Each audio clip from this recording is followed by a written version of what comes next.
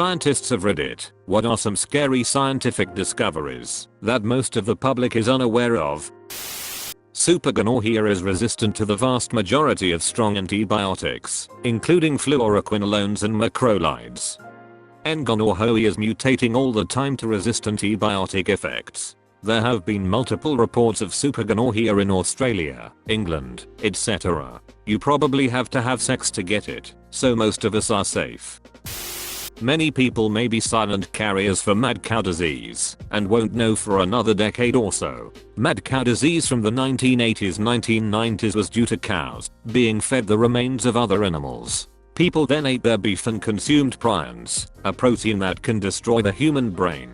It's thought that many people still might carry prions, but won't know until they start experiencing the symptoms of Creutzfeldt-Jakob disease or bovine spongiform encephalopathy, which might be 10 to 50 years after consuming the contaminated meat. It has a long incubation period. You can also contract the prions from blood transfusions, which is why so many UK citizens from that time period still aren't allowed to donate blood. Once the symptoms begin, cognitive impairment, memory loss, hallucinations, etc., you usually die within months. There is no cure or treatment. My spouse knew a guy who died of Creutzfeldt-Jakob disease last year. He was in his early 60s and had just retired. One day, his eye began twitching. Not the eyelid, the eye itself, making it difficult for him to see well. Within 3 weeks, he was in a vegetative state. He died a short time later.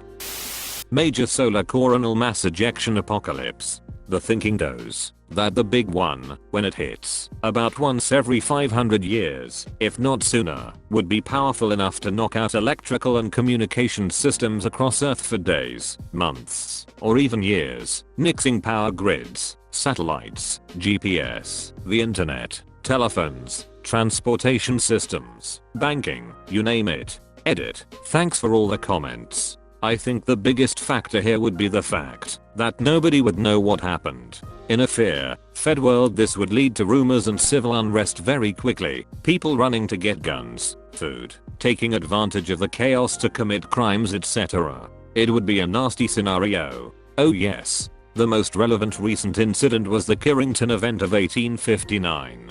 The analog world of the time remarked that some telegraph operators were continuing to send and receive messages after disconnecting the device's power supplies. Today, the disruption would be catastrophic in highly unpredictable ways. Like, for example, what would the results of a toxin pulse into the world environment be like after a billion small electrical fires ignite tons of plastic and solder? The total breakdown of the delivery network would instantly start the 6 weeks to starvation countdown. And then there's the unfortunate fact that the vast majority of people in my country, at least, have no survival skills whatsoever.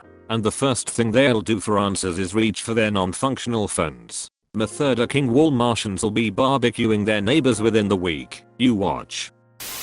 Abdominal aortic aneurysm. It's basically an aneurysm that happens in the big artery in the middle of the abdomen. It's fine and is usually asymptomatic, but when it ruptures, a patient loses all their blood within a short period of time. The scary part is that it usually is diagnosed by accident due to annual checkups for something else. Anyone can have the disease, but especially people with Marfan syndrome, smoking, hypertensive, and hyperlipidemic. I actually know 2 people personally who have died from that within the last 10 years. Not a scientist, but recently discovered that the rate of which people in my country will get cancer has reached 1 out of 2 people, or basically half the population will be diagnosed with some form of cancer in their lifetime.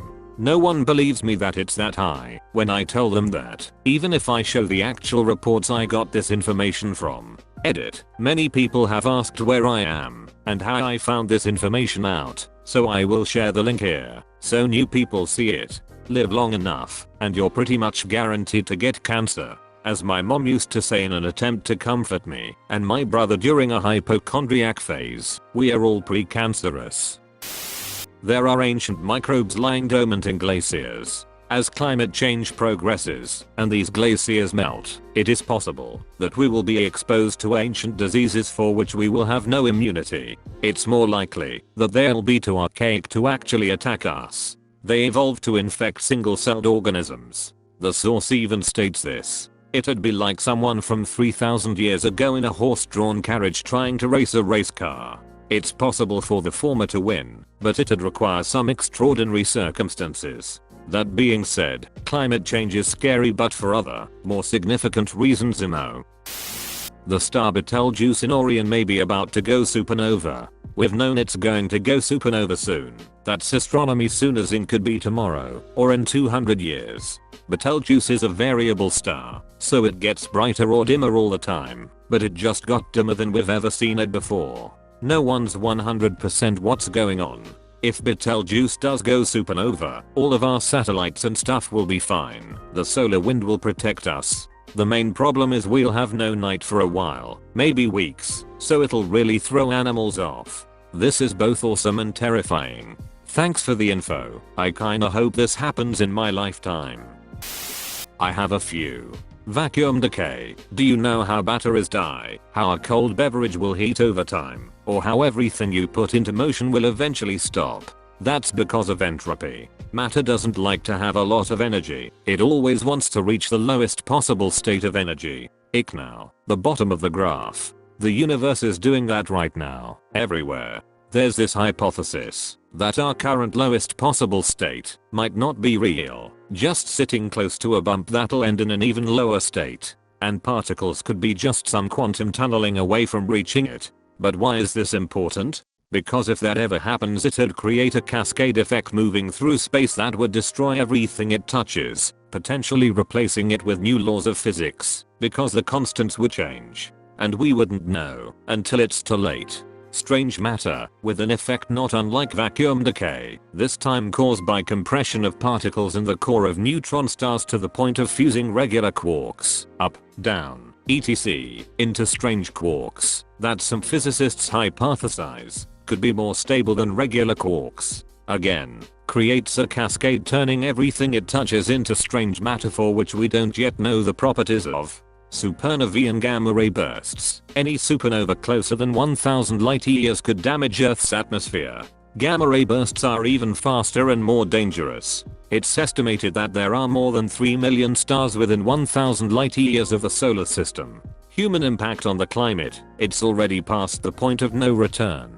We probably won't get extinct from this, at least, but the next decades will be harsh for all of our planet's biomes. Biologists are calling it the sixth mass extinction or Anthropocene extinction now, because we're the ones causing it, as the current rate of species vanishing is already 100 to 1000 times the normal. This number is only set to increase as the climate becomes more extreme.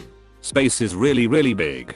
It's hard to find stuff. Stellar black holes are really small and can't be detected if they are not interacting with anything. Some models suggest that there could be tens of thousands of black holes hiding in our galaxy. Blue ice. It's the name given to the frozen sewage material that has leaked mid-flight from commercial aircraft lavatory waste systems. If it falls, it can damage roofs or even you. So yeah, you can be walking on the street one moment and in the next die, impaled by frozen pee. Ants are attracted to cum, and when you nut on the kitchen floor, the ants will prefer the nut over the other stuff, making it perfect for keeping ants away from your food. You know, I'm somewhat of a scientist myself. So if you mix jizz with borax you would get a very nice ant poison. Time to make some homemade ant poison.